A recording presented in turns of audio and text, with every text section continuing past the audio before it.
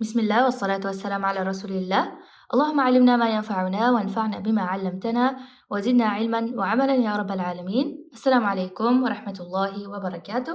Hurmatli tahsin kuzatuvchilari, hurmatli tahsin tolibalari, bugungi videomizga xush kelibsiz. Bugun Qur'on yodlamoqchi bo'lgan va yoki Qur'on yodlashga kirishmoqchi bo'lgan, o'rganishlikka kirishmoqchi bo'lgan tolibalarimiz uchun judayam muhim bo'lgan 5 qadam haqida suhbat qilamiz. Qur'on o'quvchisi uchun va yoki Qur'on yodlamoqchi bo'lgan tolibalar uchun judayam zarur.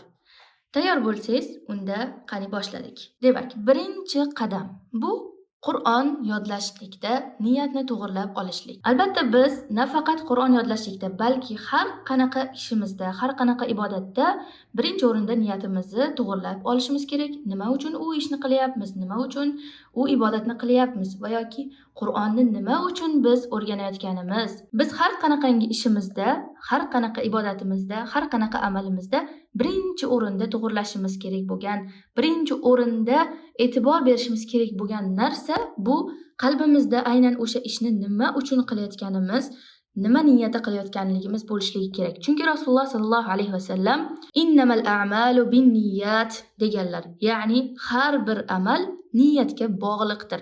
Ya'ni sizning niyatingiz agar xolis bo'ladigan bo'lsa, to'g'ri bo'ladigan bo'lsa, maqsadingiz faqat va faqat Allohning roziligi bo'ladigan bo'lsa, u ishingizda inshaalloh siz oxiriga yetasiz va u ishingizda sizga Alloh taolo baraka berib qo'yadi. Demak, siz Qur'onni nima uchun yodlayotganingizni hozirdanoq aniqlab olishingiz kerak bo'ladi.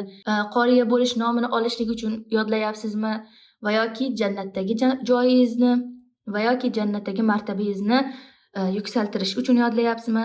Allohning roziligini topishlik uchun yodlayapsizmi? Nima uchun? Aynan sizning maqsadingiz nima? Mana shuni to'g'rilab, belgilab olishingiz kerak bo'ladi. Buni niyatni ketib qolmasligida eng samarali uslub har Qur'onni ochayotganingizda o'zingizga bu narsani eslatishingiz kerak. Ya'ni, ey Allohim, Qur'onni, kalomingni faqat va faqat seni roziliging uchun o'qiyman, seni roziliging uchun yodlayman deb o'zingizga bir qator bo'lsa ham har doim Qur'onni o'qishdan oldin o'zingizga eslatib qo'yishlik bu yo'lda inshaalloh sizga samara beradi inshaalloh.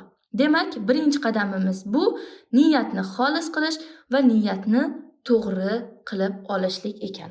Ikkinchi qadam eshitish markazini faollashtirish. Bu haqida menimcha oldin eshitmagansiz. Buni qanday qilishimiz mumkin? Buni qanday faollashtiramiz? O'zi eshitish markazini faollashtirish nima degani? Buni hozir sizga tushuntirib beraman.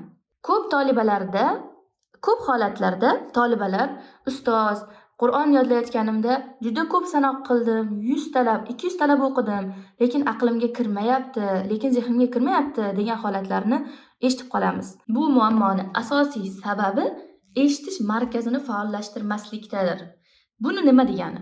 Siz o'qiyotgan narsangizni, yodlayotgan oyatingizni faqatgina tilingizni aylantirishlik bilan yodlab olaman deydigan bo'lsangiz, bu juda ham katta xato. Ya'ni siz bitta oyatni yodlashingiz uchun 200 ta sanoq qilasiz-u, lekin xayolingiz umuman boshqa joylarda bo'ladigan bo'lsa, u oyatni va yoki o'sha betni bir kun o'tirsangiz ham yodla olmaysiz. Sababi siz aqlingizda, miyangizda aynan eshitishi kerak bo'lgan joylar ochiq emasligi. Bu nima degani? Siz ongli ravishda dars qilmasligingiz aynan mana shu sababga olib boradi. Ya'ni ongli dars qilishlik siz nimani o'qiyotganingizni oldin miyangiz bilan, aqlingiz bilan eshitishni bilishingiz kerak bo'ladi. Ana o'shanda yodlayotgan oyatlaringizni, yodlayotgan suralaringizni 2 baravariga kamroq vaqtda yodlab olishingiz mumkin bo'ladi. Buni qilishlik biroz qiyin bo'lishi mumkin, lekin vaqt o'tishi bilan, tajribangiz oshishi bilan buni uddalasa bo'ladi. Demak, biz yodlayotgan oyatimizni aqlimiz bilan, miyamiz bilan eshityapmizmi yoki yo'qmi? Yodlayotgan suramizni haqiqatdan aqlimiz bilan, miyamiz bilan, qalbimiz bilan ongli ravishda qabul qilyapmizmi yoki yo'qmi? Mana shu narsaga e'tibor bilan o'qishimiz kerak bo'ladi. Mana shu narsaga e'tibor qilishlik bilan ikkinchi qadamni amalga oshirgan bo'lamiz. Demak, uchinchi qadamga o'tadigan bo'lsak, uchinchi qadam bu so'z aloqasini qurishlik. So'z aloqasini qurishlik bu birozgina arab tilini o'rganishlikka ham bog'liqroq bo'ladi. Agar siz arab tilini bilmasangiz ham bu qadamni, bu uslubni bemalol uddalay olasiz. Sababi Qur'onda ba'zi kalimalar o'zbek tilida tushunarli kalimalar bor. Masalan, Qur'onda ba'zi kalimalar bor, uni o'zbekchasiga ham bemalol tushuna olamiz. Masalan, jannat kalimasi, musulmon kalimasi, masalan, va yoki jannat ahlini gapirayotganda tushuna olishimiz mumkin bo'lgan oyatlar bor. Ne'matlar haqida gapirgan oyatlarda tushunishimiz mumkin, to'g'rimi? Aynan mana shunaqangi oyatlarni siz iloji boricha uni ichidagi kalimalarini o'zingizga ma'nosi bilan aloqasini qurishlikka harakat qilishingiz kerak bo'ladi. Ya'ni masalan aytaylik, sura mana shu ma'no bilan boshlangan, undan keyin jannat ahli haqida gapirilgan, keyin ularning ne'matlari haqida gapirilgan, ularni jannatdagi martabalari haqida gapirilgan. Masalan, mana shular haqida mana shu shaklda ma'nolarni bog'lagan holatda va yoki o'zingiz tushungan kalimalarni, o'sha jannat kalimasi bo'lsin va yoki kitob kalimasi bo'lsin, kitob kalimasi bo'lsin, o'sha siz tushunayotgan kalimalarni yana ham e'tibor bilan yodlashga harakat qilsangiz, yodlayotgan surangiz, yodlayotgan oyatlaringiz, sahifalaringiz yana ham esingizda qoladigan bo'ladi.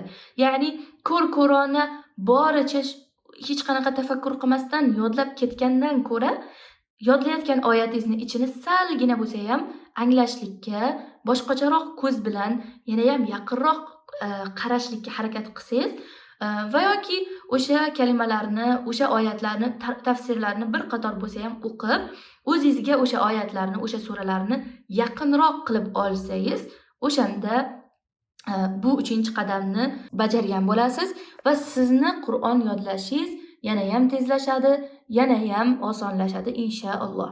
Demak, so'z aloqasini qurishlik aynan ma'nolar bilan va yoki o'sha ma'nosini tushungan kalimalaringiz bilan yodlashlik tushuniladi.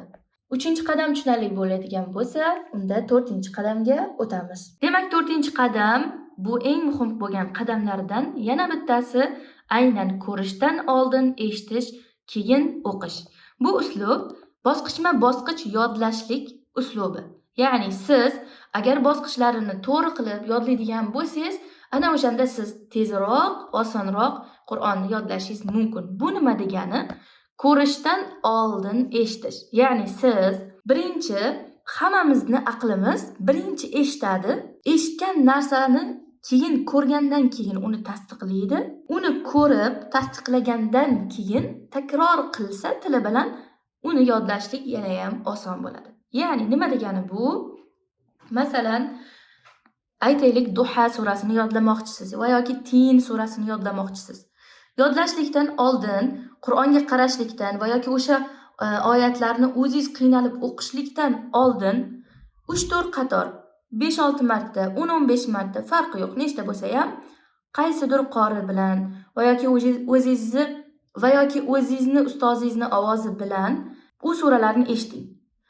U suralarni eshiting, miyangiz, aqlingiz o'sha suralarni, o'sha oyatlarni eshitsin. Birinchi o'rinda. Yaxshilab eshitib oldimi? Qanaqa o'qilayotganini, qiroatini, qanaqa talaffuzlar bo'layotganini, qanaqa kalimalar borligini miya eshitish orqali qabul qilib oldimi? Endi ko'rishga o'tamiz. Ya'ni Qur'onni ochib, o'sha oyatlarni qo'limizni qo'ygan holatda o'sha audioni, ya'ni o'sha ustozni o'sha eshitgan ovozingizni qo'ygan holatda endi aqlingiz eshitgan narsani ko'rish orqali tasdiqlatasiz. Ya'ni o'sha oyatlarni birma-bir qo'lingizga qo'ygan holatda o'qiysiz. Ya'ni ko'zingizni yugurtirasiz. Yugurtirayotgan paytingizda birdaniga takror bilan, ya'ni tilingizni ishlatib, ana endi 3-bosqichga o'tasiz. Ya'ni o'qish orqali ham birinchi o'rinda eshitib bo'lgan bo'lasiz, ikkinchi o'rinda ko'rasiz, uchinchi o'rinda nima qilar ekansiz? O'sha yodlamoqchi bo'lgan oyatlaringizni tilingiz bilan takrorlashga boshlaysiz. Mana shu 3 bosqich bilan ishoning, sizni Qur'on yodlashingiz 2-3 barabariga inshaalloh yana ham tezlashadi, yana ham kuchayadi va yodlagan narsangiz, yodlagan oyatingiz yana ham ko'proq aqlingizda inshaalloh qoladi. Xo'p, demak 4-qadam tushunarli bo'lsa, unda 5-qadamga o'tamiz. 5-qadam va eng oxirgi qadam esa bu ko'p talabalar mana shu joyda qoqilib qoladigan qadam, uslub. Ya'ni buni qoqilib qolishligini sababi deganim, aynan siz Qur'on yodlashlikka kirganingizdan keyin, bu yo'lga kirganingizdan keyin tabiiyki siz qiyinchiliklarga uchraysiz. Tabiiyki siz albatta bu yo'llarda qiynalasiz, harakat qilasiz, sabr qilasiz, yana qiyinchilikka uchraysiz. Ya'ni bu yo'lda siz kirishdingizmi, bu yo'lda boshladingizmi, albatta va albatta sizni qiyinchiliklar uchraydi, to'siqlar uchraydi. Bu to'siqlarni, bu qiyinchiliklarni siz ko'ra olishingiz kerak, ularni to'siq ekanligini bila olishingiz kerak va o'sha har bir chiqqan to'siqlarga siz qanday yo'l tutishingizni oldindan o'zingizni tayyorlay olishingiz kerak. Chunki bu yo'l 1-2 oyda tugaydigan, 1-2 haftada tugaydigan yo'l emas. Siz Qur'onga kirganingizdan keyin umringizdan bir qismini Qur'onga bag'ishlashingiz kerak bo'ladi. Agar qoriya bo'laman deydigan bo'lsangiz, kamida 2 yil, bo'lmasa 4-5 yilgacha siz mehnat qilishingiz kerak bo'ladi. Bu yo'lda sabr qilishingiz lozim bo'ladi. Sababi bu yo'l o'ziga yarasha aytganimdek uzun.